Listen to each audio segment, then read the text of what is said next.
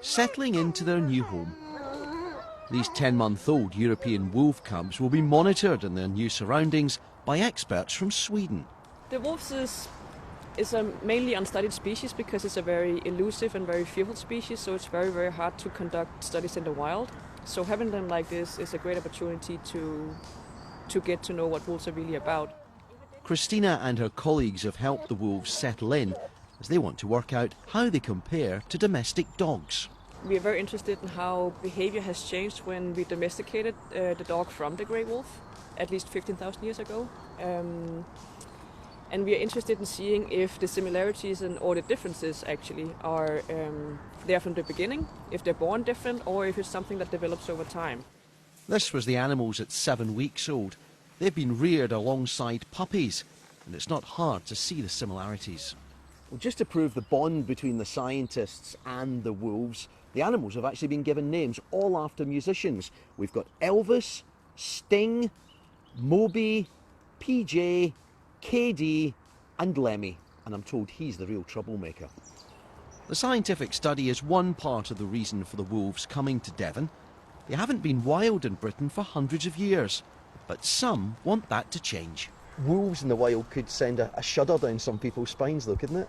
It can indeed, and that's part of the reason why we're doing what we're doing here. There is a great deal of mythology surrounding the wolves. They've had a real impact on our culture and on our environment, and they have acquired a reputation, and much of that reputation is not deserved. These wolves will remain in quarantine for 4 months, then visitors will get a chance to see them. And as for getting into the wild in time, northern Scotland is the most likely location. Hamish Marshall, BBC Spotlight, near Honiton. A group of European wolves are settling into their new home in East Devon. The wolves have travelled from Sweden to Wildwood, Escott. But why here? Hamish Marshall is there for us this morning.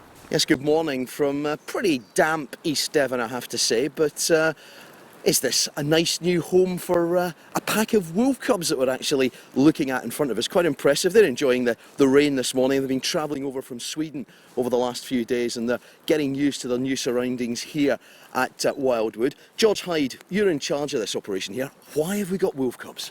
Well, wolf cubs represent an important part of British wildlife and the history of British wildlife, and the Wildwood Trust mission is to tell the story of the past 1,000 years of British wildlife and wild spaces, and we're very privileged to have these magnificent animals here to help us tell that story to the general public. Because we only have wolves in captivity in this country. That's correct, yes. They were a part of our landscape. They played a very, very important role in our history. They shaped our culture, they shaped our landscape itself, and they're an important part of the story that we tell here.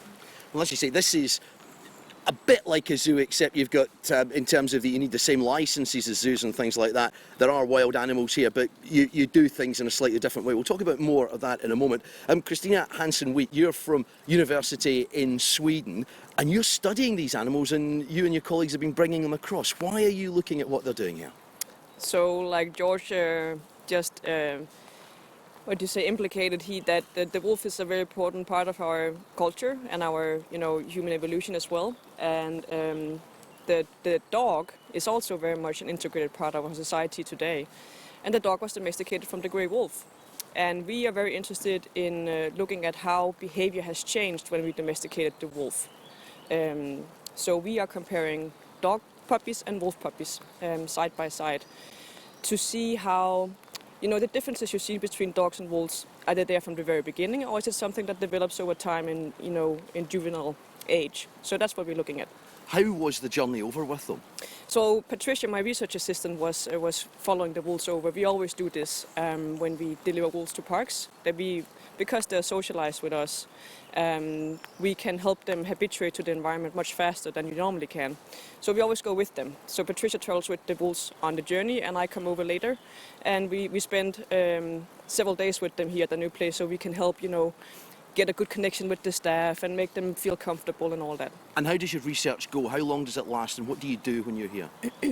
So here, because we have a a very nice collaboration with Wildwood already. We are continuing to do our research on the wolves actually. We are going to continue to follow them to see how their behavior develops over time, because they're still puppies, they're only 10 months old. And they don't sexually mature until they're 2 years old. So it's really interesting for us to keep a temporal study going on these guys so we can learn more about wolf behavior. Will they grow much bigger than they are? Because I would say they're like a sort of small Alsatian dog at the moment, probably. Yeah, I don't think they're going to gain that much more weight. The biggest male right now is 42 kilos, and he might buff out a little more, you know, get a little broader. They still look a little like teenagers with long legs and all that, so maybe a few more pounds. And George, part of the idea here is to look long term to see if we can reintroduce wolves to the wild in Britain. Why would that be a good idea? Well, wolves will cause, as an apex predator, wolves will cause what is known as a trophic cascade. A trophic cascade means that they will affect the behaviour of all of the wildlife around them, particularly their prey species. So all of the grazing animals that wolves would usually prey upon will then behave very differently to the way they behave at the moment. If you think at the moment there are no predators for deer and sheep and so on, so they can leisurely spend a leisurely time affecting the landscape, and wolves will affect that behaviour quite significantly. And as it affects their behaviour, then the landscape itself begins to change. And this has been well documented in other situations where wolves have been reintroduced. And the plan would be it would be northern Scotland rather than, say, here in Devon, if that was to happen. What sort of timescale would that be, would you think?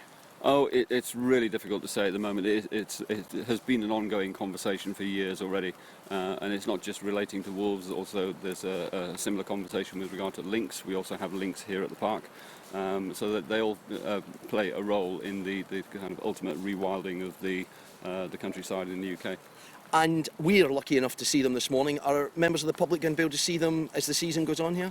Well, that's quite interesting, because they have to spend a few months in quarantine here.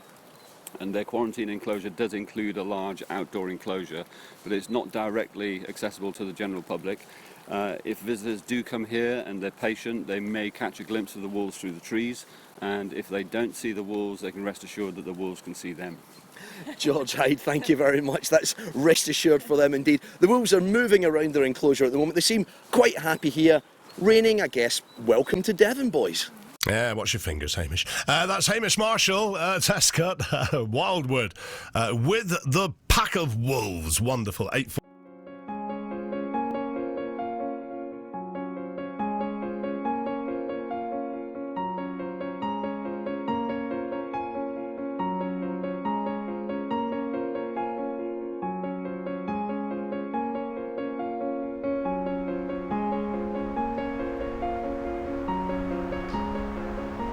Most of us don't really realise what wildlife and really wild habitats look like.